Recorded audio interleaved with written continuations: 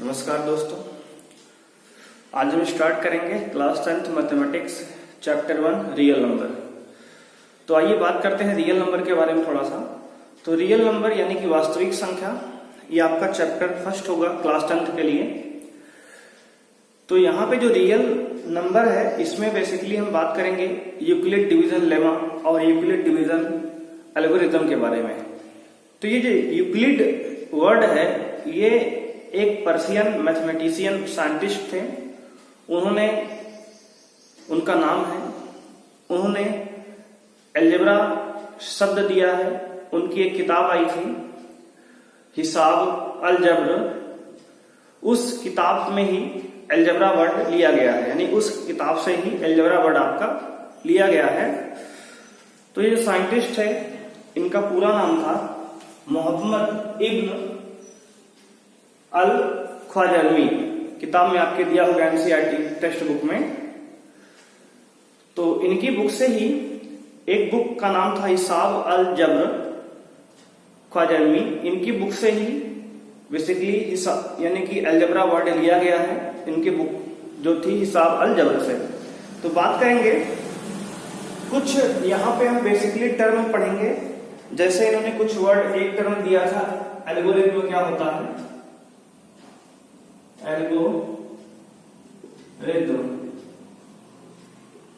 Algorithm के बारे में बात करेंगे। तो एल्गोरिथम में इन्होंने बताया था कि an algorithm is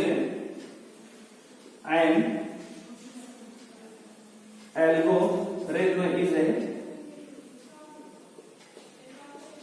well defined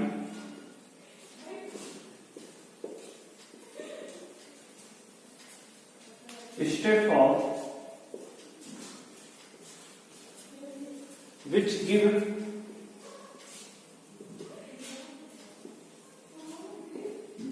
a procedure to solve a type of problem।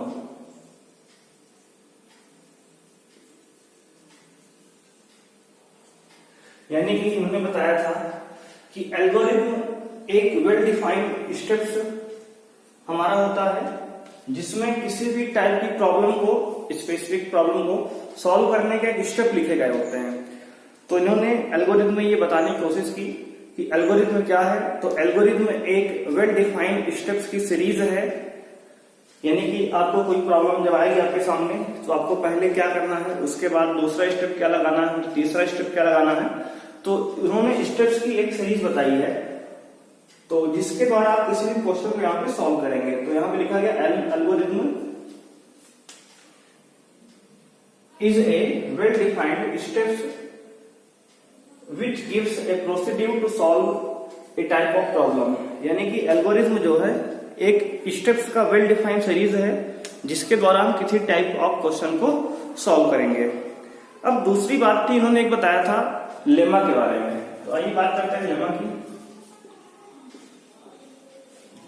Lemma की बात करेंगे तो लेमा में इसमें इन्होंने बताया था it is A proven statement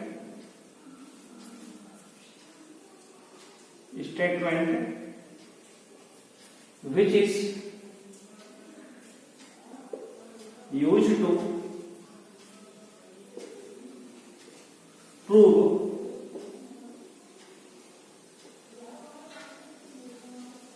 another statement।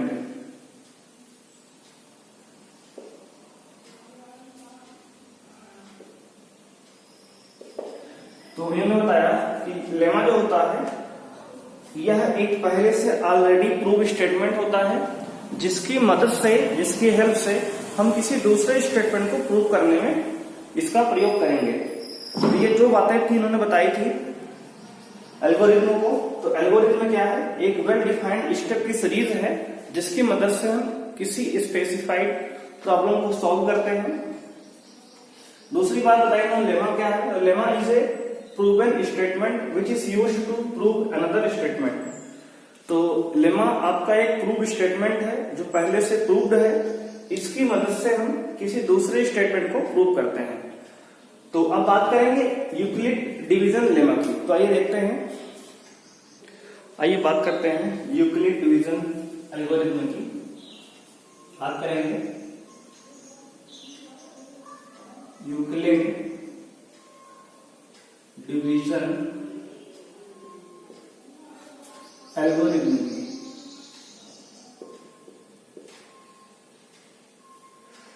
तो आपका जो यूक्लिड डिवीजन एल्गोरिथम है, इसमें आपका यूक्लिड जो होता है शब्द, ये यूक्लिड आपका एक नेम है, name of mathematician.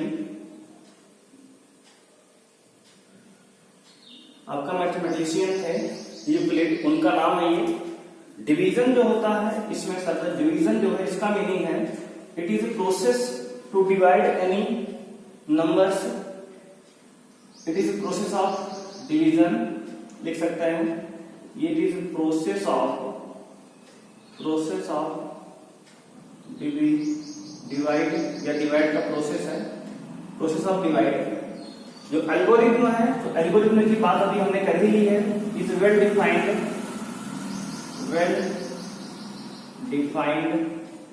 Steps. Well defined steps होते हैं किसी चीज के। तो बेसिकली आपका यूक्लिड डिवीजन एल्गोरिथम का है मतलब हुआ, यूक्लिड आपका एक नाम है, यानी यूक्लिड ने बताया है, क्या बताया, किसी भी नंबर को डिवाइड करने का प्रोसेस। और प्रोसेस कैसा था, वेल डिफाइंड स्टेप्स का प्रोसेस। इसी को यहां बताया गया है यूक्लिड डिवीजन एल्गोरिथम। तो यूक्लिड डिवीजन एल्गोरिथम में क्या है, तो अगर इसको आसान भाषा में हम समझे यहां तो कह सकते हैं कि यूक्लिड एक साइंटिस्ट थे, उन्होंने बताया किसी भी नंबर को डिवाइड करने का तरीका। और कैसा तरीका, तो एक वेल डिफाइंड स्टेप्स के थ्रू हमें इसके बाद ये करना है, इसके बाद ये करना है, इसके बाद ये करना है। तो एक तरीका इन्होंने बताया है, इसी को हम यूक्लिड डिवीजन एल्गोरिथम कहते हैं। तो ये हमारा हो गया बात इसके स्टेटमेंट की। अब बात करते हैं इन्होंने इसमें क्या बताया। इन्होंने बताया late A and B are two positive integers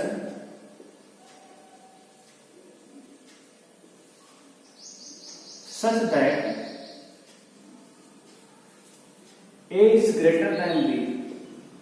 इन्होंने बताया कि अगर A और B दो पॉजिटिव इंटीजर हैं और A ग्रेटर देन B है, तो देयर एग्जिस्ट यूनिक इंटीजर, कह सकते हैं there exist a unique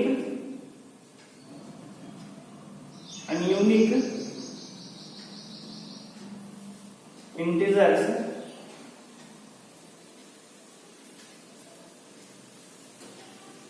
Q and R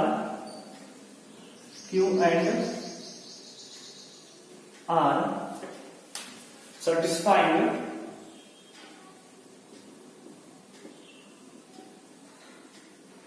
A equal to BQ plus R।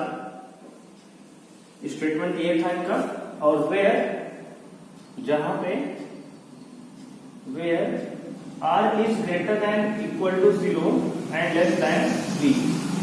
ये इन्होंने स्टेटमेंट दिया था अपना। ये यूक्लिड डिवीजन लेमा का स्टेटमेंट है। बात करेंगे इसमें कहा क्या इन्होंने, तो इन्होंने कहा कि अगर A और B दो पॉजिटिव इंटीजर्स हैं और ये इंटीजर्स ऐसे हैं कि A ग्रेटर देन B है, यानी कि A जो है बड़ा है B से, तब एक यहां पे कुछ यूनिक इंटीजर्स, कुछ यूनिक नंबर्स एग्जिस्ट करेंगे और वो नंबर क्या होंगे, Q एंड R सेटिस्फाइंग, यानी इस स्टेटमेंट को ये सेटिस्फाइंग करेंगे। क्या है ये, A बराबर BQ प्लस R, और जहां पे R की जो वैल्यू होगी ग्रेटर देन इक्वल टू 0, यानी 0 या 0 से बड़ी होगी और लेस देन B होगी।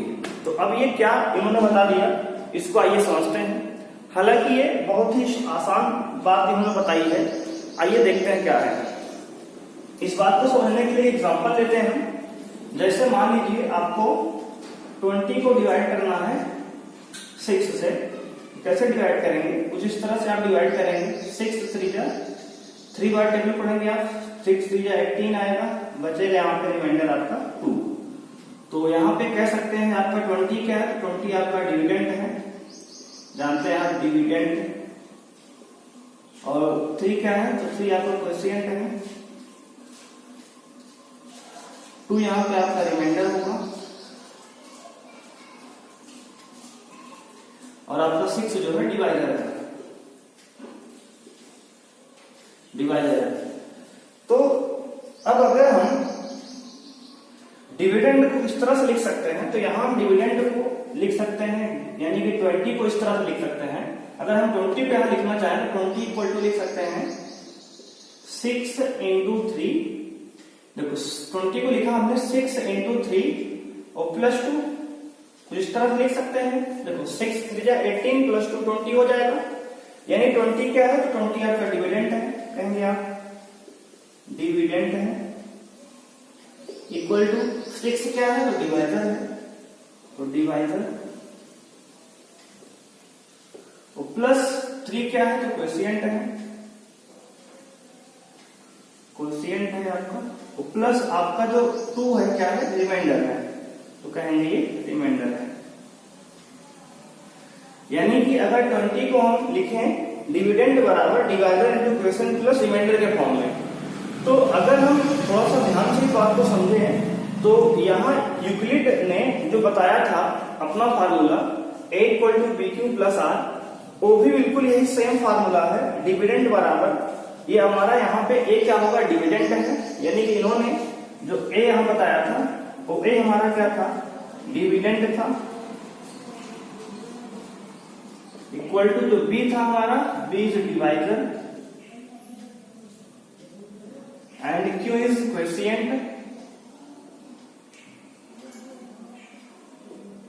प्लस r जो है आपका रिमाइंडर है।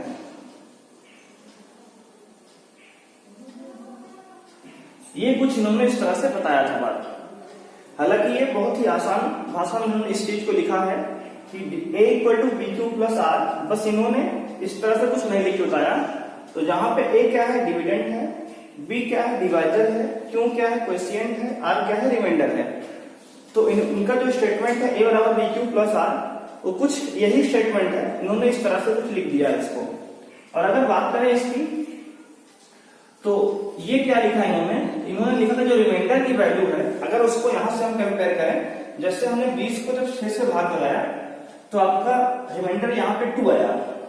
तो अगर ये कहें कि अगर हम 20 को 6 से भाग करें, 6 से डिवाइड करें, तो रिमाइंडर क्या क्या पॉसिबल वैल्यू रिमाइंडर की हो सकती है, यानी आपका रिमाइंडर क्या क्या आ सकता है। तो हम कहेंगे रिमाइंडर आपका यहाँ पे, अगर हमने यहां मान लीजिए 20 को 6 से भाग दिए, तो रिमाइंडर आपका यहाँ पे आ सकता है 0 आ सकता है, हो सकता है रिमाइंडर 0 है, या मान लीजिए यहाँ कोई नंबर n लीजिए, अभी 20 में लीजिए कोई नंबर n है और हमने उसको 6 से भाग दिया, ऐसा समझिए, एग्जैक्ट नंबर रहेगा तो रिमाइंडर आपको पता है यहाँ पे।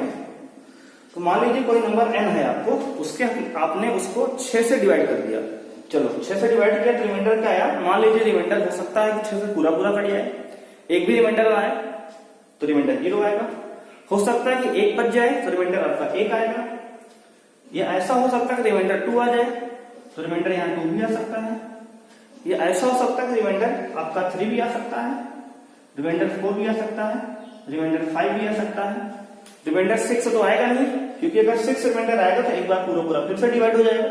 यानी अगर किसी नंबर n को आप 6 से भाग लगा रहे हैं तो इसका मतलब ये हुआ कि रिमाइंडर आपका ये तो 0 आएगा, ये तो आपका रिमाइंडर 1 आएगा, ये तो रिमाइंडर आपका 2 आएगा, ये तो रिमाइंडर आपका 3 आएगा, ये तो 4 आएगा, ये तो 5 आएगा, यानी 5 से बड़ा रिमाइंडर नहीं हो सकता। इसका मतलब ये हुआ इनडायरेक्टली कि आपका जो रिमाइंडर है वो डिवाइजर से 1 कम हो रहा है। जैसे हमने यहाँ 6 से डिवाइड किया तो रिमाइंडर 5 तक आया।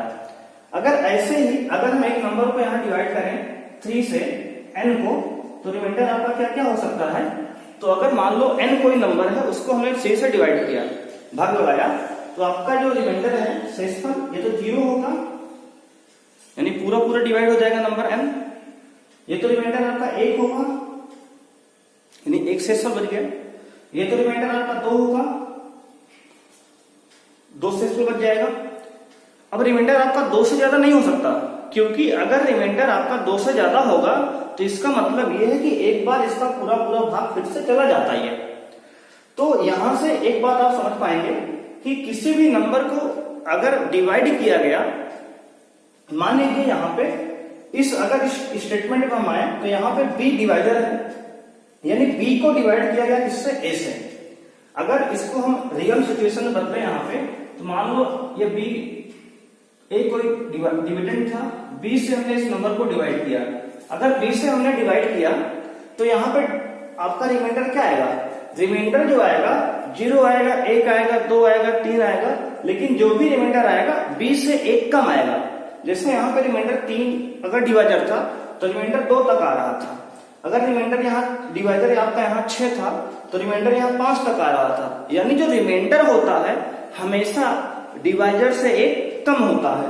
तो हम यहाँ कह सकते हैं कि इसी स्टेटमेंट में उन्होंने लिखा यूक्लिड डिवीजन में कि जो रिमाइंडर होगा, अगर हमने बी से किसी नंबर को डिवाइड किया, किसी नंबर a को हमने b से डिवाइड किया, तो जो आपका रिमाइंडर होगा 0 हो सकता है, 1 हो सकता है, 2 हो सकता है, ऐसे ऐसे आपका रिमाइंडर जो होगा b-1 तक होगा।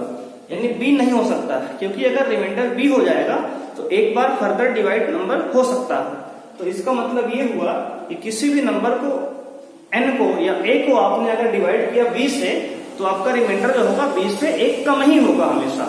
तो इसी बात को उन्होंने लिखा कि रिमाइंडर जो है ग्रेटर 0 या 0 से बड़ा होगा और b से छोटा होगा, यानी लेस देन b इन्होंने कहा, यानी कि b से छोटा होगा। रिमाइंडर हमेशा क्या होगा, 0 या 0 से बड़ा होगा और b से छोटा होगा, यानी 1 कम होगा। तो ये हमारा यूक्लिड डिवीजन लेमा का स्टेटमेंट है। इसको आप एक बार ध्यान से देखिए और समझिए। तो आइए देखते हैं, इस पे एक एग्जांपल करेंगे।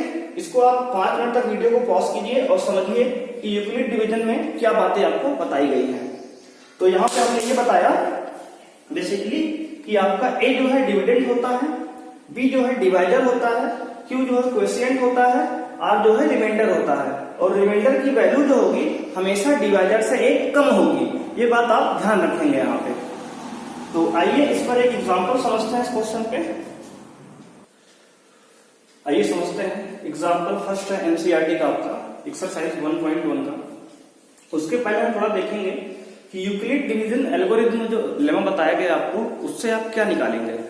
तो यहाँ पे एक्सरसाइज 1.1 में आपको जो बताया गया है क्वेश्चन, यूक्लिड डिवीजन लेमा की मदद से आप HCF ऑफ एन नंबर, किसी भी नंबर का आप HCF फाइंड करेंगे यहाँ पे यूक्लिड डिवीजन लेमा का यूज करके, और by long division method.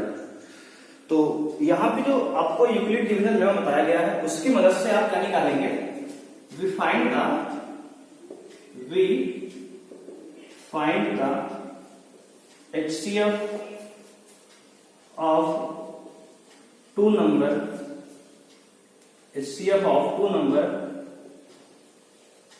by using Euclid division lemma. यानी कि यूक्लिड डिवीजन लेमा की मदद से हम किन्हीं भी दो नंबर का HCF निकालेंगे। और HCF के जो हमने मेथड पढ़े हैं पहले, जैसे कि आपने लॉन्ग डिवीजन मेथड पढ़ा है, पहला मेथड आपने पढ़ा था लॉन्ग डिवीजन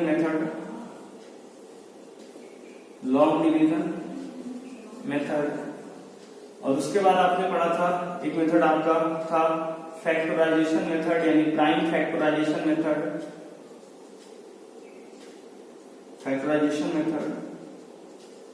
और उसके बाद आपने पढ़ा था डिफरेंस मेथड एक था।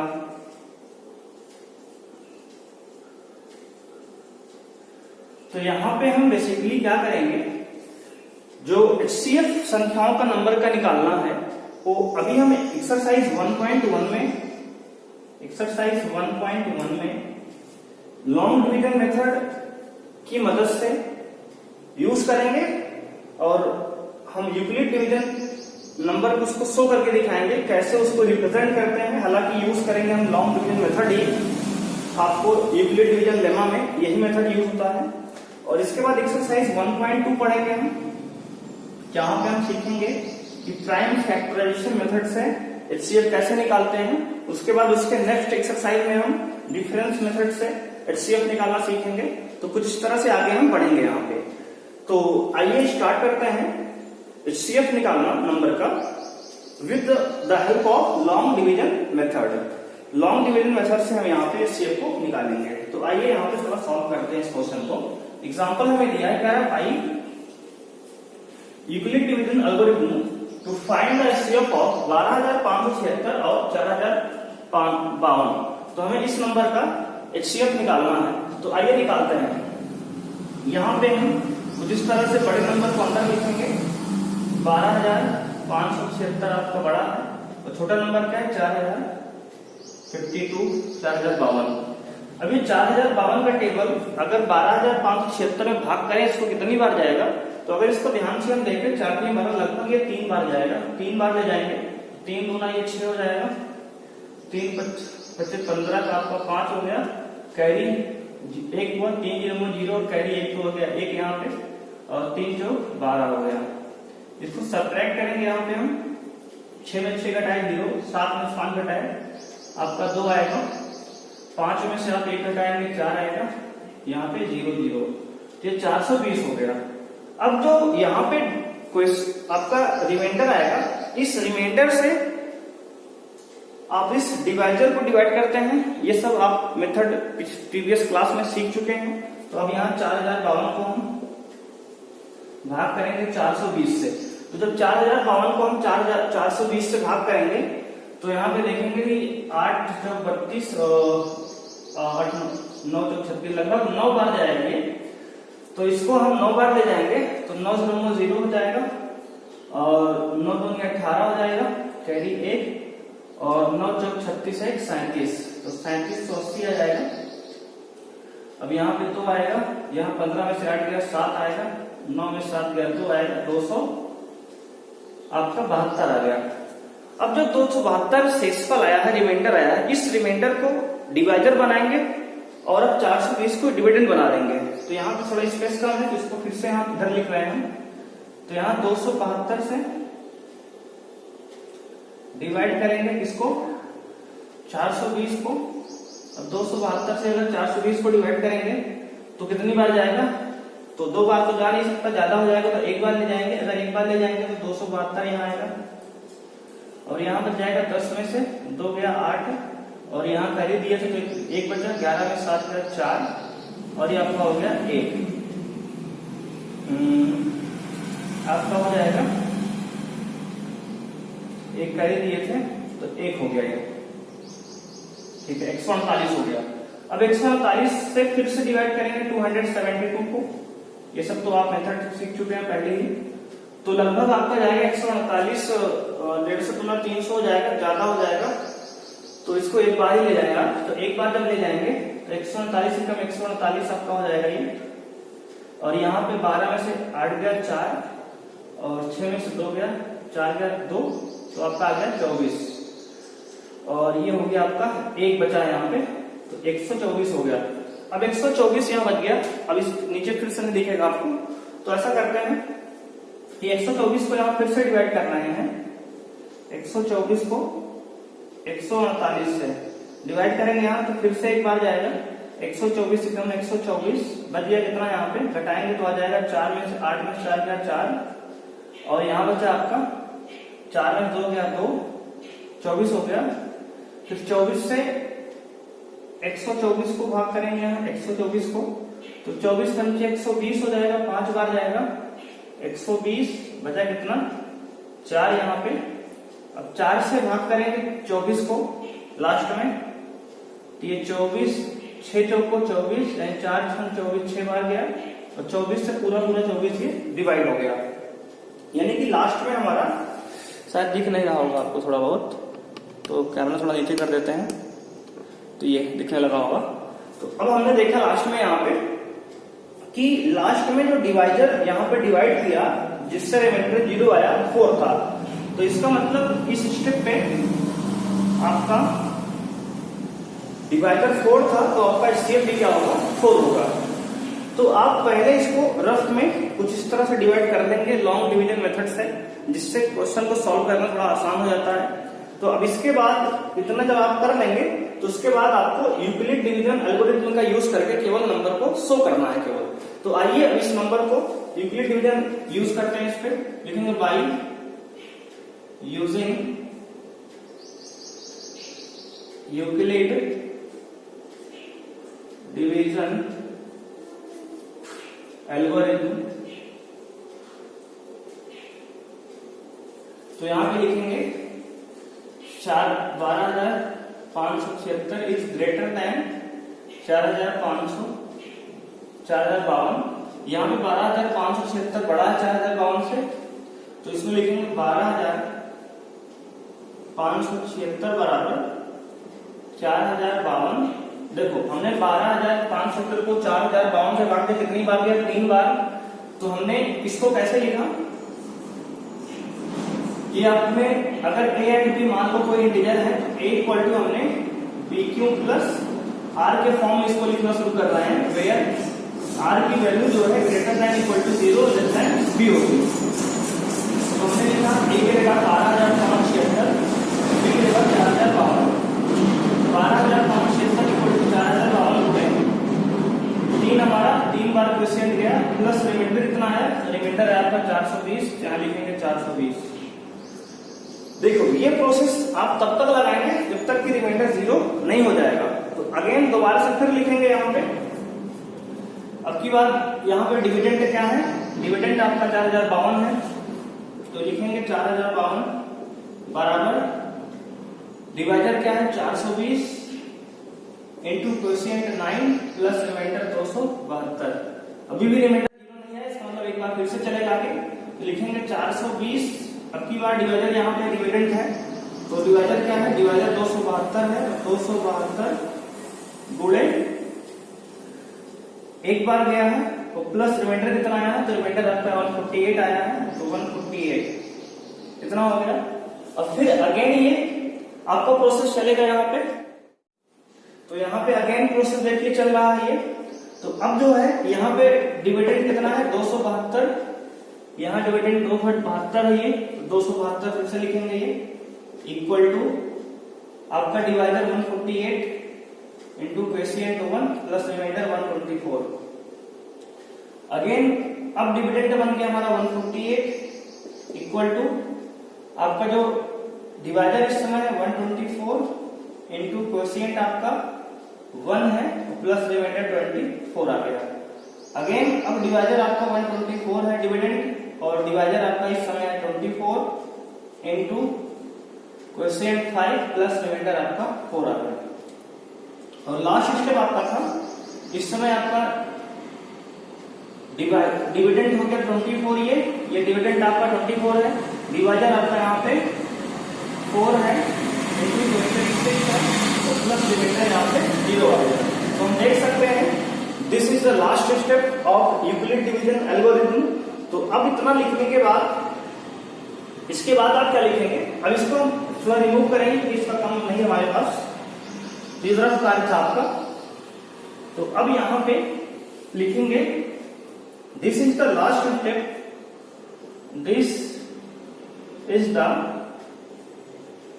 Last step of